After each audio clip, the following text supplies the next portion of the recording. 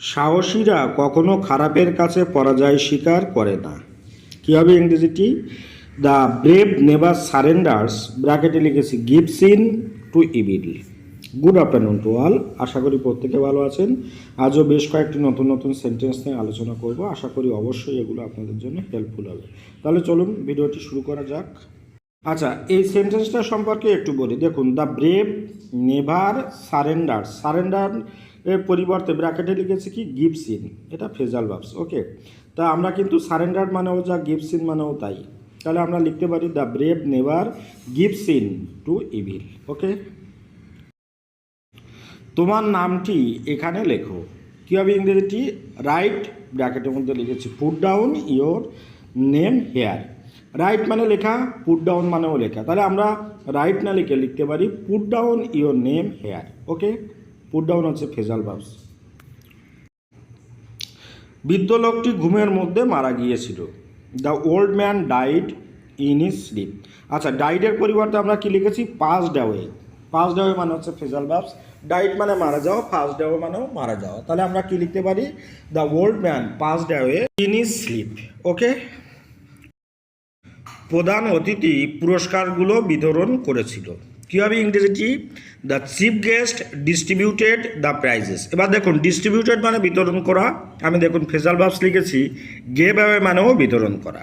ঠিক আছে, তাহলে আমরা সেন্টেন্সটা বলতেই পারি দ্য চিফ গেস্ট ডিস্ট্রিবিউটেড না বলে বলতে পারি কি gave away the prizes. Okay, আমি আমার বন্ধুকে খুঁজেছি। I am in search of, ব্র্যাকেটে লিখেছি look for my friend. In search of মানে খোঁজ করা, লুক ফর মানেও খোঁজ করা। তাহলে আমরা কি লিখতে পারি? I am in search of না লিখে লিখতে পারি লুক ফর মাই ফ্রেন্ড। ওকে, নরেন্দ্র মোদী সকাল 10টায় কলকাতায় এসেছেন। ইংরেজিটি কি লিখতে পারি? Narendra Modi arrives in Kolkata at 10 AM। এবার দেখুন, ব্র্যাকেটের মধ্যে আমি লিখেছি টার্নস আপ। টার্নস আপ এখানে ফ্রেজাল ভার্বস। অ্যারাইভস মানে পৌঁছানো, টার্নস আপ মানেও পৌঁছানো। তাহলে আমরা লিখতেই পারি নরেন্দ্র মোদী অ্যারাইভস না লিখে লিখতে পারি turns up in Kolkata at 10 AM। ওকে, একজন তার পুরানো অভ্যাস সহজে ত্যাগ করতে পারে না। ইংরেজিটি লিখতে পারি কি? ওয়ান ক্যান নট চেঞ্জ, ব্র্যাকেটে লিখেছি give up phrasal verbs an old habits easily. Okay, তাহলে আমরা চেঞ্জের পরিবর্তে কিন্তু গিভ আপ ব্যবহার করতে পারি। ঠিক আছে, রাজু তার বন্ধুর সঙ্গে পার্কে দেখা করেছিল। ইংরেজিটি লিখেছি রাজু মেট, ব্র্যাকেটে লিখেছি came across my friend in the park.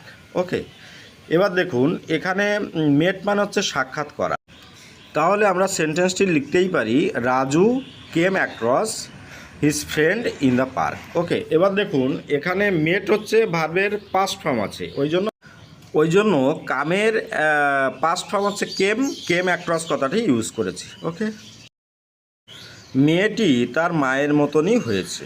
ইংরেজিটি লিখেছি দ্য গার্ল রিজেম্বলস, ব্র্যাকেটে লিখেছি phrasal verbs text after her mother. Resembles মানে হচ্ছে যেমন, মানে যা মানে, টেক্স আফটার মানেও তাই মানে। ওকে, তাহলে আমরা লিখতেই পারি the girl takes after her mother. সন্ধ্যা শীতকালে খুব তাড়াতাড়ি শুরু হয়। ইভিনিং স্টার্টস, ব্র্যাকেটে লিখেছি sets in in winter. Start মানে হচ্ছে শুরু হওয়া, আর সেট ইন মানেও শুরু হওয়া। তা দেখুন স্টার্টের সঙ্গে এর যোগ আছে, ওই জন্য আমি কিন্তু সেটস ইন লিখেছি।